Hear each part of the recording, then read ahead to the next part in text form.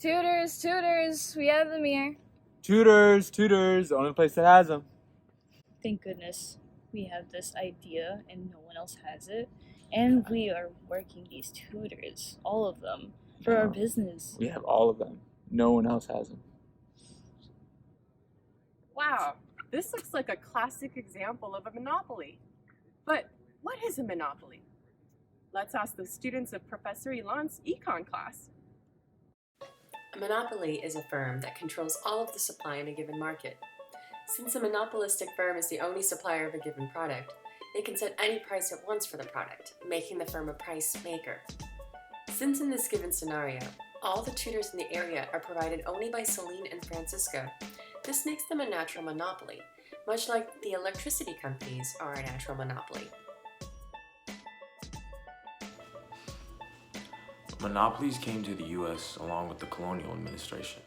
In order to make the New World hospitable to Old World immigrants, big companies were granted exclusive contracts by colonial administrators. Some of the most significant U.S. monopolies in history were Rockefeller's Standard Oil Company, Andrew Carnegie's Steel Company, and the American Tobacco Company. Monopolies are still a large fixture in the U.S. economy to this very day. In the United States, about 3 companies control 80% of mobile telecoms and 95% of credit cards. Some current examples of global monopolies around the world are Luxottica, Google, Microsoft, and the American Railroad System, which is provided by the government and can't be run by companies. So monopolies can be positive and negative for the economy. Focusing on the positives first, monopolies are good for when a good or service is very expensive or has limited space. Let's take the railway system for example. It'd be very expensive and take up way too much space to add a competing railway system. Situations like these are legal and are operated by the government. On the flip side though, monopolies are usually seen as negative, and this is why there are laws to prevent monopolies from happening in the US. Monopolies are inefficient because they do not achieve allocated efficiency. They will produce low just to mark up their prices very high.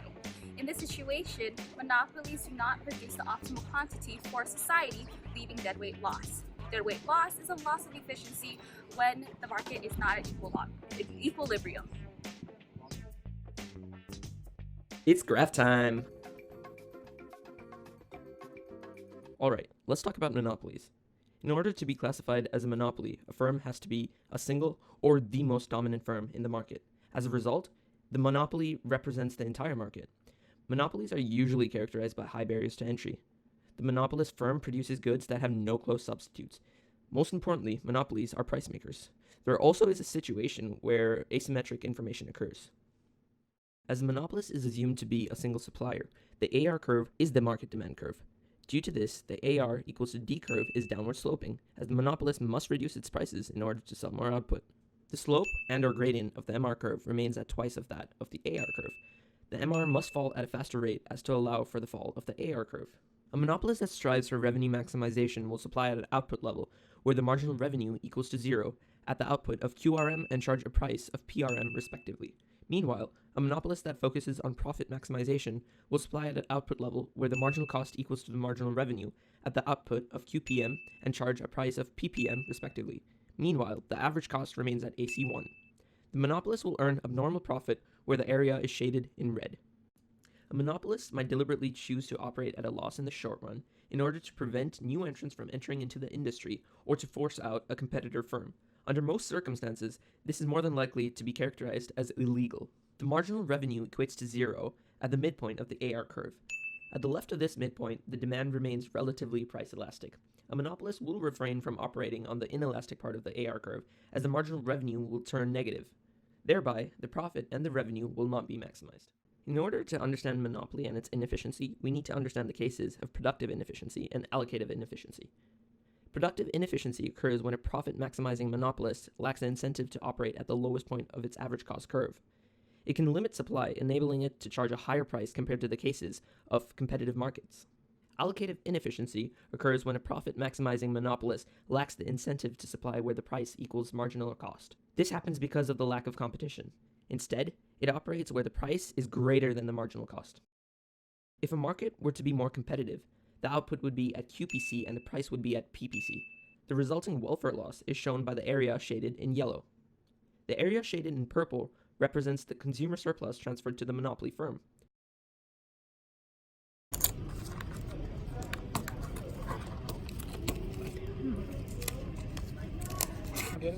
Our professor is bad at teaching because we're making bank right now.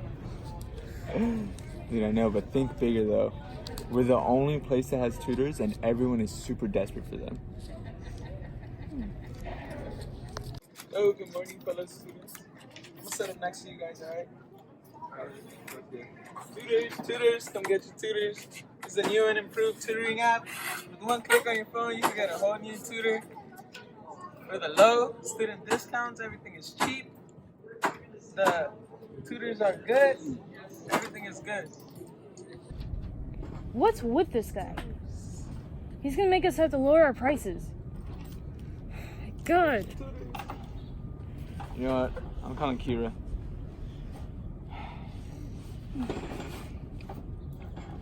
Hey, yeah. I'm gonna need your help. We need to get rid of this competitor. He's totally messing up our whole monopoly. Well, it sounds like you just need a barrier to entry. A barrier to entry is basically any obstacle that stands in the way of new competitors entering a market. So one example would be high startup costs for new businesses. Yeah, you get me? Okay. So most of them occur naturally within the free market, but I guess in your case, you just need to utilize any barrier you can think of that stands between him and your monopoly. So anything that will scare him off or just make him stop wanting to compete with you, that's what you need to do. Yeah, so find that barrier, utilize it, and that's how you'll protect your monopoly and your interests. Okay. Alright. I got you. Alright. Tutors. Alright. You gotta get out. Man? You gotta get out. What are you doing, man? You're messing the whole thing up. Stop. Give me your change, My too. grandmama gave me that. Protecting our interests. We can't let people like this come into our company. We have a monopoly going. Hell no, what is with you? What? I need to think this over. I only did this program to help people. I need to think this over. I'm out. What? What happened to our monopoly? You're just gonna walk out? I don't know if I want to be in this monopoly business anymore.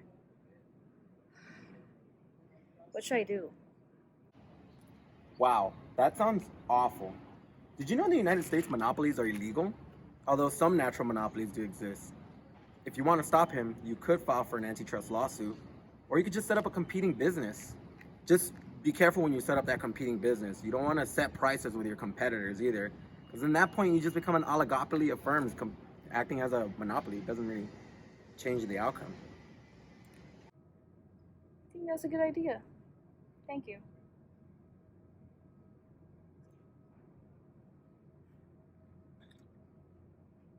Tutors, don't go to him. He's overpriced.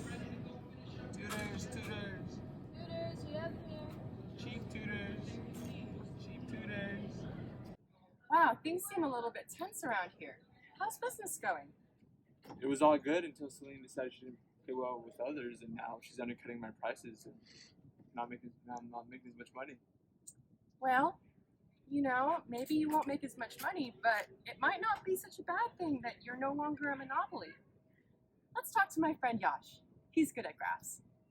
Let's talk about the key disadvantages. Monopolies can be inefficient in terms of resource allocation. Profit-maximizing monopolists can restrict output or charge higher prices, resulting in the condition of welfare loss. High barriers to entry discourage new firms from entering the market, hence limiting the degree of competition and therefore ensures a monopolist's high prices. Imperfect knowledge renders it difficult for consumers to make rational choices. Monopolists may have a lesser incentive to innovate than other firms in competitive markets. The lack of competitive pressure may result in the monopolist becoming complacent and furthermore inefficient. In summary, competition is good. Society benefits from lower prices, higher output of supply, and a surplus. A monopoly takes all that away and just implements the opposite. And why would you want that?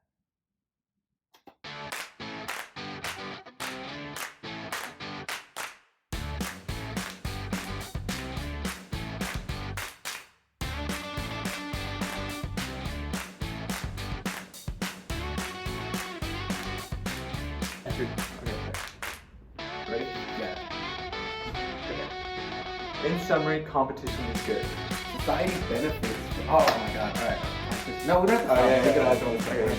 Society benefits from lower prices, higher output, and Higher output of supply. and surplus. Wait, did you press play? Yes. Drop top, smoking the cookie in the hot box, fucking on your bitches.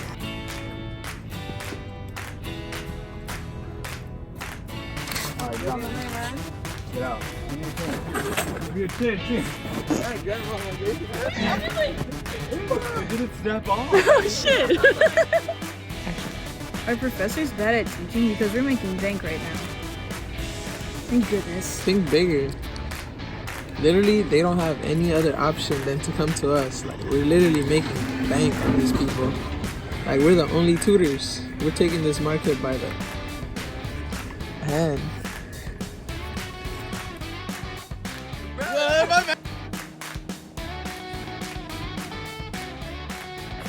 Three, two, one. Alright, let's talk about the graphs. A monopoly. A monopoly. Monopolies Your monopoly. I'm gonna need your help. We need to get rid of this competitor. He's totally messing up our whole monopoly.